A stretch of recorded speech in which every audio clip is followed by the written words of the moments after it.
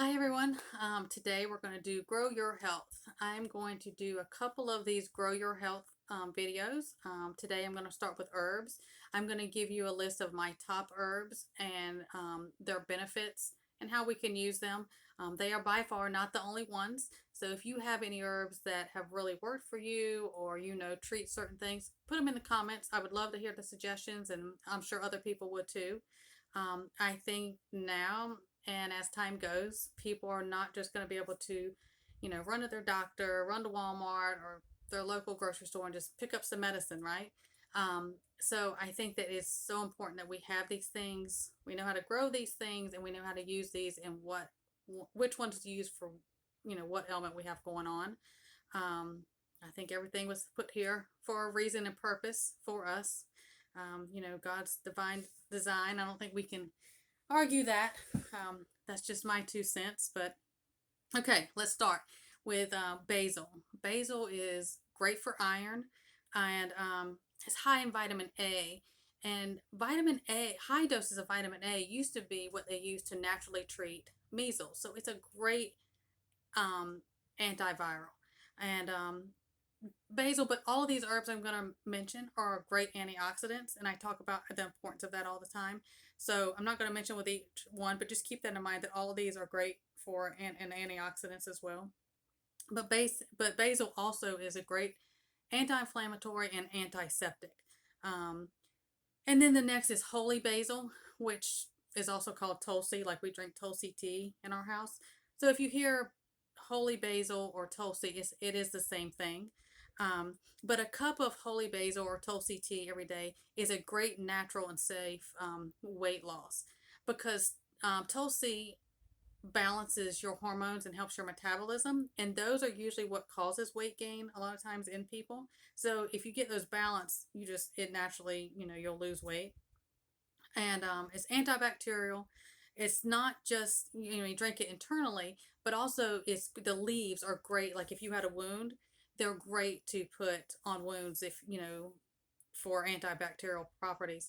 um, they're good to have, like if you go hiking, camping, fishing, your go bags in that, because in case you got a cut or something and you're out, it's a great thing to have on to keep anything from setting in there when you're out away from your house or whatever. um, it's great for anxiety and stress, and goodness knows this day and age that can creep up on any of us from time to time. So this Tulsi tea is great for that. Digestive problems, great for your healthy digestion, great immune booster. And holy basil or Tulsi, it naturally helps treat ADHD and memory. Um, and so, I mean, that goes falls right in as I go into next. I go into rosemary. Rosemary and both of them, they're both great at helping treat and the symptoms that come with people with Alzheimer's, because they help your memory and they help your brain. So with my next one is rosemary. So that does help with memory and Alzheimer's. And rosemary is known also for the cancer killer. It's great at preventing cancer cells from starting up. So I just think that should be a regular herb in everyone's diet and your tea, however you decide to get it. It's high in vitamin E, A, B, and C. And rosemary helps IBS, people who have IBS and Crohn's. It helps with those symptoms and calm those. So, people who go through flares of stuff like that, it helps a lot with that. Rosemary is also really good for allergies and nasal congestion. Eat it, put it in your soups, put it in your tea or whatever. But also, if you have like a steam pot, you take some rosemary, put it in there. You drape like the towel over your head and you breathe in that steam. It is great. It is great for nasal congestion and allergies issues. Next, we have sage. Some people call sage the queen of herbs, but it's a great antibacterial, antiviral, and sage will help with preventing type 2 diabetes. So that's just a great, you know, preventive to have in your diet. Thyme. I love thyme. I crave thyme. I probably have thyme in some form every day. Food, teas, however. But it's high in vitamin A, B, and C. But it's also great for calcium, potassium, and magnesium, which we need for optimal function of a lot of different issues. So I always have thyme in the house. Um, Oregano is my next one. Oregano is fantastic for so many things. Same as I've talked about the oil of oregano. I mean, it starts from this, but treats fungal, viral, and bacterial issues of all sorts. And also with oregano, women, you can either do 1 drop daily, or you can take a teaspoon of oregano in some form, tea, food. You can break it up however you feel like doing it. Um, every day of your menstrual cycle, because it helps with cramps, because it relaxes the uterine muscles. So that's a good one to take during that time. Anything to help with cramps, right, ladies? The next one is cilantro. Cilantro is the best herb for removing heavy metals from our blood. Um, that's a needed thing. I talk about, we're always bombarded. We're always exposed to heavy metals in different forms. So you constantly want to detox and get that out. I unfortunately cannot eat cilantro. Um, People will know. People either love cilantro, or if you have, like when I have it, or if somebody has it and it has like a soap taste, it'll just have this unpleasant. That's the only thing I can describe it. It's almost like a soap. Um, you cannot eat cilantro if you have that taste with it. Even the benefits it is, don't eat it, because you're going to react to it. And if that's the case, you have to use some of the other things I mentioned before that help with heavy metals. But if you can, cilantro regularly in your diet in some form. Um, Next is mullein tea. Mullein tea is your number one go-to herb for lung health. Mullein is used to naturally treat C1 and 9, who people who have the respiratory problems from that. It's fantastic for that. Because it doesn't just treat lung congestion, but it also, when people would get that dry, raw cough, it treats that as well. And so that is a must, especially if you have respiratory issues, or you're prone to getting respiratory infections, or with things that are going around. That's a must. And you can get it in teas. You can buy it in like pre-made teas and everything. Just make sure, again, when you get your teas, that it's organic. You don't want to be ingesting pesticides, and that it's, more pure or whatever. Always look at labels, see if you're going to do it that way. Next is dill. Dill is fantastic for intestinal things, and it does treat bacterial things like E. coli. And you don't, especially if things get really bad, you don't want, intestinal problems. I mean, what was the Oregon Trail? Everybody died from dysentery, right? So you don't want, that's just great to just incorporate into it. And a lot of these things will, if you do them regularly, it keeps things from taking hold and doing the damage or causing illnesses anyways.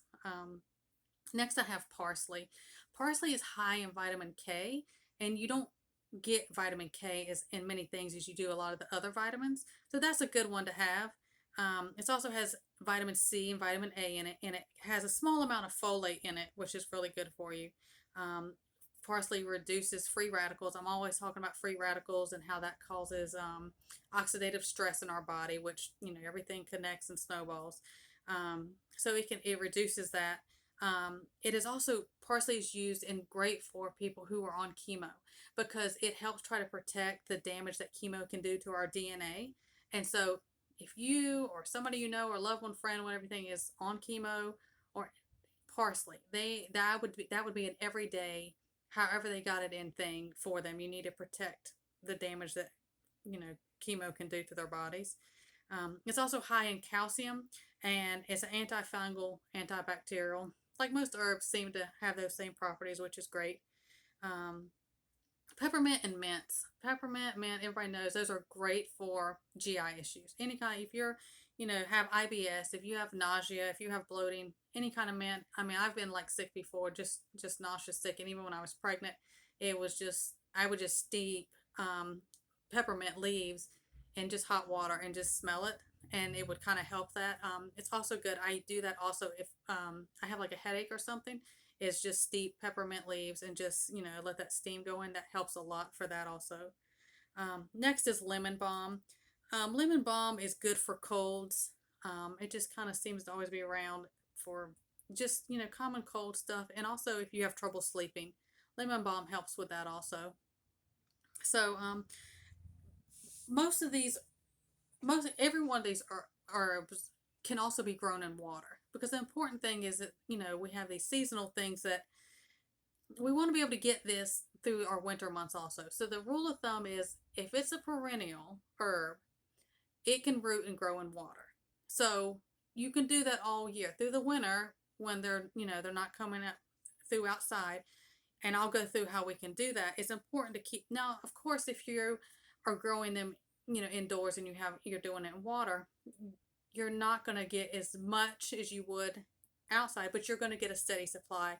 And that's what is important, that you're getting through the winter and you're still getting these herbs. And then also, if you can grow a larger amount through the rest of the season, dry them. You can dry them in the oven, you can dry them in a dehydrator. Um, if you're not in a really humid area, I've done it before, even though I've had lost some to mold will grow. Is you can hang. You know how you hang herbs and dry them. Just always check your herbs when you dry them. They are dry. And even when you jar them up or seal them up, however you do, is you check them first couple of days and make sure there's no moisture left in there, because they will mold and then the whole thing is ruined. So as far as growing these in water, you do like a jar, and you can do clippings from your garden, but you can even grow the herbs like you get at the grocery store. Like the fresh herbs you get, and you want about a good 6 inches, and to put in water in a jar. If you get the ones from the grocery store, just trim off the bottom because they're sealed back off, and you want to open that back up so they'll absorb water. Um, the best they say is to use like amber or cobalt colored, because the sun can make algae grow. I prefer to use clear. My grandmother always taught me she would cut to size brown paper bags, or you can use construction paper, whatever you have, and you put it like on one side of the jar, because the sun can make algae grow in there, and you want to protect the water and the roots from that sunlight, but you want the sun, of course, to get the plant because it needs that to grow. Um, so I use clear. So you use whatever you want, but if you do the clear, that's a good help for that. And when you first start, you're going to have to change your water one, maybe 2 times a week, but usually only one. You're going to have to change your water out until you get a good root system, and then you rarely have to change it, or you won't have to change the water at all. You would just have to add to it as that water got lower. But the also when you do your stems, like if it's like a good 6 inch, you want to make sure like the bottom half of that you take any leaves off. Just strip the leaves off before you put them in there. Another really great thing is, which is something my grandmother did. If you are blessed to have a willow tree or access to a willow tree, is to take twigs or little pieces of the bark of or like branches, like the inside thing of a willow tree, and you take those and make them into small pieces, and you steep that in really warm water overnight. And willow twigs and branches is like a fantastic um, like natural root hormone mix. And then you can take a piece of those twigs or bark, a little piece or whatever, and you can put them in your jars, because it'll stimulate that root growth. Healthy root growth is what you want. And I like to take my herbs and I'll soak them a little bit in that steeped water from the willow twigs or whatever also. And then, but if you put one in each one of those, it'll help that root growth. It'll be strong and healthy, and it'll go quicker for you. Um, Take that leftover water, throw it in your garden or other herbs or something you may have. Don't waste that. It's fantastic for it. Um, and just that was going to get you going, because once that root system gets going, you're not going to change that water out. And as far as your water, please do not use distilled water on your plants. Distilled water strips all nutrients from plants, your garden, anything.